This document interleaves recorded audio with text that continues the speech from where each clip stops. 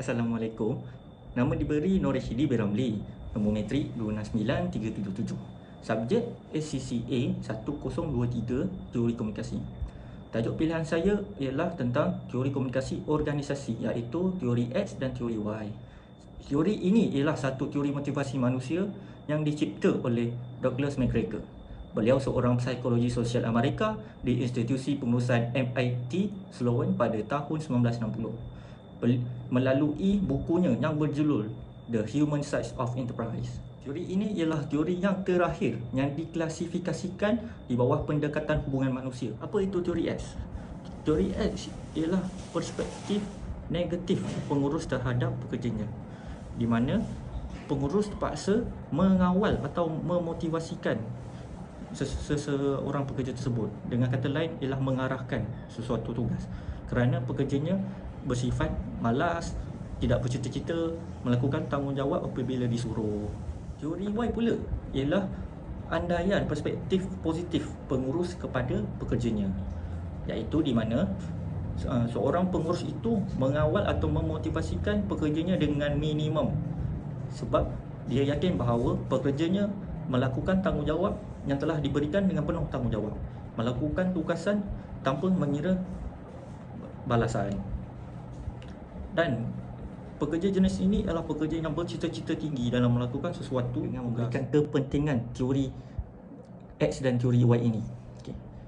Yang pertama ialah teori ini dapat dijadikan sebagai satu bentuk penilaian awal terhadap individu, di mana dengan hanya melihat dari segi tingkah laku seseorang itu, ia dapat mengenal pasti individu tersebut berada dalam kategori X atau kategori Y. Yang kedua, andaian daripada teori ini dijadikan sebagai panduan pengurus dalam sesebuah organisasi dalam usaha membentuk, memotivasikan atau mengawal pekerja tersebut. Yang ketiga, kepentingannya ialah boleh dijadikan sebagai pembuat keputusan mengikut kelas-kelas pada pekerjanya, seperti kelas X ataupun kelas Y. Yang keempat, ia dapat mengenal pasti individu-individu yang benar-benar komited dengan tugas yang diamanahkan, dan juga individu-individu yang menganggap kerja hanya sebagai satu bentuk tanggungjawab yang perlu dilaksanakan dan tidak mempunyai harapan yang tinggi dalam kerjaya. Di sini saya akan menerangkan bagaimana kita menggunakan teori X dan Y dalam kehidupan seharian kita.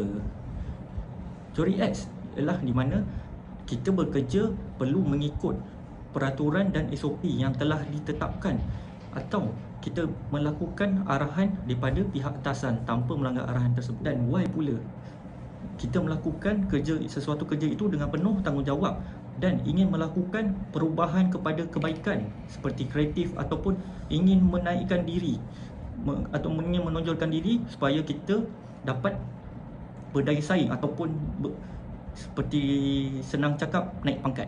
Seperti contoh lain, kita boleh ambil yang paling dekat ialah contohnya family juga salah satu organisasi, boleh dikatakan satu organisasi, iaitu di mana ibu bapa itu sebagai pengurus dan anak-anak sebagai pekerja. Di mana ibu bapa, kalau mengikut teori X, ibu bapa mengarahkan anak-anaknya untuk mencuci pinggan, mengemas rumah dan berbagai lain selain-lainnya. Manakala teori Y pula, ibu bapa tidak perlu menyuruh anak-anaknya, dan anak-anaknya nampak ibu bapanya penat melakukan kerja, dia akan terus membuat kerja-kerja rumah tersebut tanpa menerima arahan daripada ibu bapanya.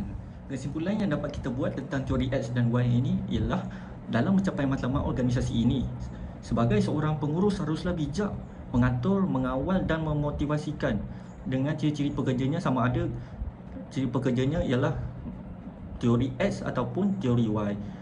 Teori ini boleh digunakan untuk jadikan modul sebagai pengurus yang bertanggungjawab, bijak dan memahami kehendak pekerja dalam sesebuah organisasi tersebut untuk mencapai sesuatu matlamat. Dan telah terbukti yang teori ini juga digunakan sehingga tahun 2020 ini, di mana pekerja-pekerja boleh kita lihat masih ada di kalangan teori X dan teori Y. Sekian, terima kasih.